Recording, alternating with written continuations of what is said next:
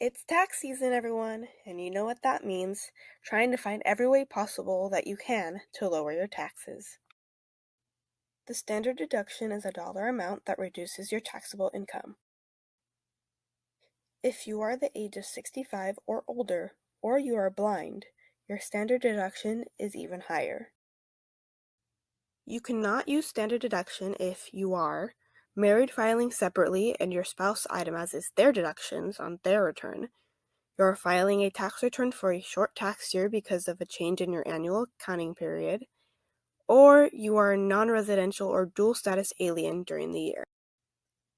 You should itemize deductions if you don't qualify for the standard deduction or the amount you can claim is limited, had large uninsured medical and dental expenses during the year, paid interest and taxes on your home, had large unreimbursed employee business expenses, if you had other miscellaneous deductions, had large uninsured casualty or theft losses, made large contributions to qualified charities, or have total itemized deductions that are more than the standard deduction to which you are otherwise entitled. You must use Schedule A to itemize your deductions on your 1040 form.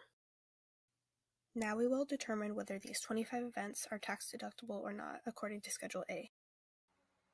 7.5% of Amy's adjusted gross income is $6,270. The total of her expenses is $2,700, meaning she cannot write off her medical and dental expenses. 7.5 of Sean's AGI is $5,760. His total of expenses is $5,875. He can write off $115. 7.5% of Chris's AGI is $3,450. His total expenses are $7,800, but he cannot write off dietary food costs or cosmetic surgery that is not medically necessary. 7.5% of Chantel's AGI is $5,700. Her total expenses were $1,056. The expenses do not exceed 7.5% of the adjusted gross income, and you cannot write off your Medicare tax from your W-2. Matthew paid $2,199 worth of income taxes. He can write off all of it. Kayla paid a total of $10,124 worth of taxes, which exceeds the limitation. She can write off $10,000. Aaron cannot write off both income taxes and sales taxes, so he will have to choose one, that being the more expensive $5,000 income taxes. Susan used a form to find her local general sales tax. Because she lived in two different localities, she had to do some calculations. She was able to write off $170. Kevin has a total of $225 of local personal property taxes, but can only write off $150 for the value of the car's fee. Tara paid a total of $8,720 worth of home mortgage loans. She has no limitations on her deduction. Andre paid $7,000 in home mortgage loans, but he spent it all on clothes and a motorcycle. He cannot write off any of it because he did not put it back into the house. Jane can only write off $75,000 of her home mortgage loans out of $120,000 because it cannot exceed the fair market value of her home.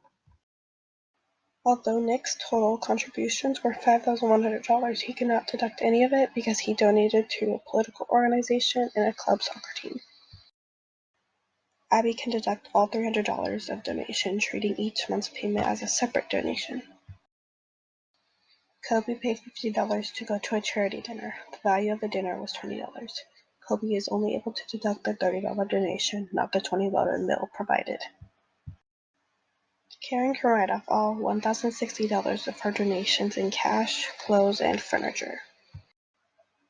Alan believes that his volunteer work and blood donations are worth $1,000, but he cannot write off the value of time or blood donations.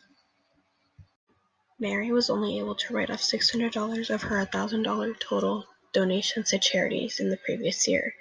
She was able to write off the extra $400 donations to charity in the following year. After subtracting 10% of the AGI from the total flood damage minus 100, Ryan was able to write off $1,400 of his flood damage. Amelia cannot write off her stolen $95 radio because it does not exceed $100. Because Parker purposely had his home set on fire, he cannot write off any of the $20,000 worth of damage. After calculations, Chloe can write off $15,000 for theft of money from blackmail and kidnapping ransom. Kenny's car was consumed by a sinkhole costing $3,000. He cannot write off the casualty of his car because it does not exceed 10% of his adjusted gross income. Addison's AGI is $30,000 and she loses the diamond ring. That's $9,055.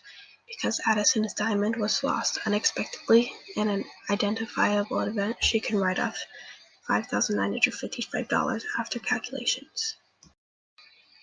Colin is able to write off his $2,130 of impairment-related work expenses under other itemized deductions. The end. Woo!